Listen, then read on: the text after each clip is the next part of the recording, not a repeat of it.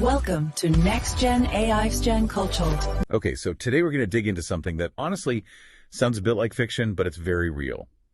We're looking at this surprising policy in Hungary, often called the singles tax. That's right. And we've got a collection of notes, articles here. They give us the background, the history, the culture behind it. Yeah, and our plan for this deep dive is really to unpack it. What is this policy? Actually, why does it even exist? And what does it tell us about maybe a nation's values, its priorities? Exactly. And importantly, what questions should it raise for you listening about how governments, try to shape society? Because the hook, as you said, it's not literally a tax bill for being single. No. But the effect, it feels pretty similar. And that raises some big questions about fairness, doesn't it? And the kinds of signals governments send out. It really does. What's fascinating here isn't just like a simple tax bug. It's how the tax code itself is being used as a statement. A statement about what's valued. Yeah, what the government sees as valuable contribution, what it believes secures the nation's future. It's powerful stuff. Okay, so let's start there. What is this policy? Because like you said, nobody's getting taxed just for being unmarried. Exactly. The sources are really clear on this. It's not some kind of penalty tax on single people.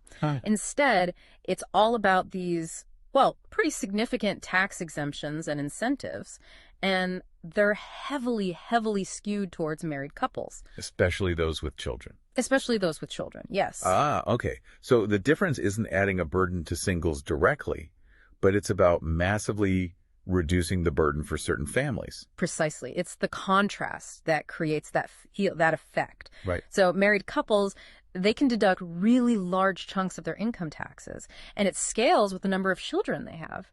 How much are we talking? Like, what's the impact? Well, the sources point out it can be profound. For married couples with, say, 3 or more children, they might end up paying almost no income tax at all. Wow. Zero income tax. Effectively, yeah. Close to it, or actually zero in some cases. So, okay, if you're single, you're paying the standard rate, full whack. But if you're married, especially with several kids, your income tax burden just plummets, maybe disappears entirely. Exactly. And that stark difference, that's why people call it the singles tax, right? Because by comparison, it feels like singles are carrying a much heavier load, even though technically it's structured as a benefit for married parents. That distinction is really key. Okay, so that brings us to the big why. Why would a country set up a system like this? What's the thinking behind such a clear economic signal? Well, the sources connect it very strongly to demographics and a specific political vision. Demographics, meaning low birth rates. Yeah, that's the crucial context. Hungary has one of the lowest birth rates in Europe. It's a major challenge they're facing. Okay. And the government, particularly under Prime Minister Viktor Orban, has responded with a whole range of policies, all aimed at boosting population growth and supporting what they see as traditional family structures. And this fits into their idea of a work-based society. I saw that phrase in the notes. It does. That's a central part of their framing. So work-based society. What does that mean in this context? It's not just everyone should work, right? There's more to it. Right. It's a bit more specific than that based on the sources. The idea seems to be that economic support from the state, including these very generous tax breaks, it's tied not just to working, but specifically to working and forming a family. A particular kind of family. Generally, yes. The emphasis is heavily on traditional structures, usually understood as married, heterosexual couples raising children. So the underlying message is contributing to the future of Hungary, literally by having kids, is seen as such a vital contribution that it directly reduces your tax bill. That seems to be the core idea, yes. Your contribution through family is directly linked to your economic obligations to the state via tax. That's a very direct way for a government to signal its priorities, embedding it right there in the finances. And it connects deeply with Hungarian culture, too, according to the sources. This isn't just some abstract economic policy dropped from nowhere. Right, it taps into something older. It really does. The family unit historically is absolutely central in Hungarian tradition. The sources mention this kind of cultural nostalgia almost, a longing for the era of the big family. You mean like the image of huge Sunday lunches with grandparents, aunts, uncles, everyone, 2-day weddings, that sort of thing? Exactly, that kind of imagery, that cultural memory of larger, tightly knit families.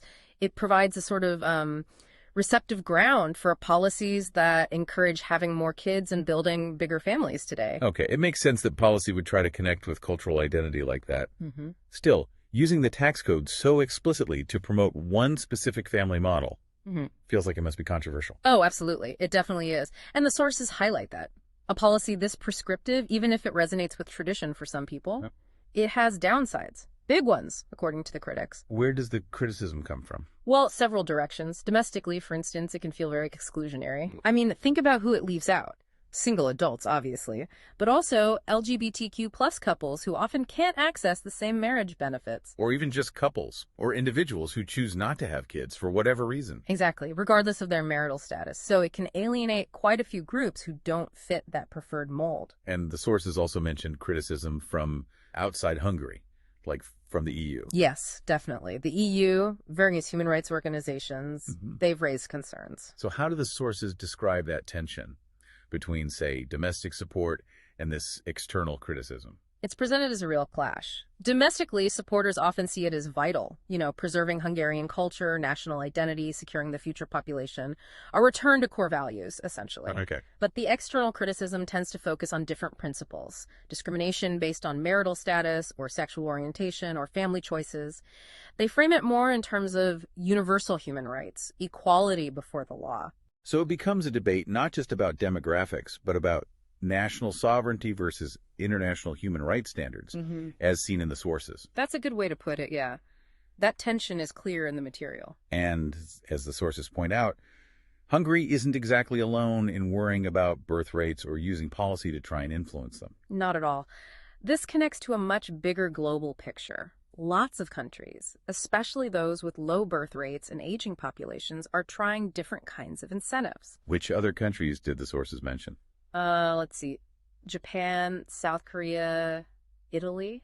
They're all cited as places that have tried various things: tax breaks, subsidies, different measures to encourage people to have more children. And there was that really memorable example from Singapore, too. Shows how far governments might go. Oh, yeah. That one's quite something. The sources talk about Singapore having actual government-sponsored dating events. Like a government ministry, literally playing Cupid. Pretty much. There was that great little story. Someone saw a bus packed with singles and thought it was maybe a church outing. But no, it was organized by the Ministry of Social Development trying to get people paired up. That detail really sticks with you. It does. And these examples, from Hungary's tax code to Singapore's dating buses, they really illustrate how these deep anxieties about population, about national future, can lead to some, pretty creative or quirky policy responses. So let's try and pull these threads together then. We've got the tax structure, the demographic pressure, the cultural roots, the political vision driving it, the controversy, these global comparisons. What does this specific Hungarian policy really tell us about Hungary itself? I think it strongly reflects a very old idea that the health, the vitality, the future of a nation is tied up with the health and size of its families. That's a deep current. Okay. But there's also a very modern layer to it. It's about identity in the 21st century, using policy actively as a tool to try and preserve a specific culture, a language, a way of life, especially when facing demographic decline and maybe feeling external pressures. And like you said right at the start, the way they're doing it through the tax code, it forces this conversation about what contribution even means. It absolutely does. It puts that question right on the table, not just for Hungarians, but for all of us, really. How do we measure societal contribution?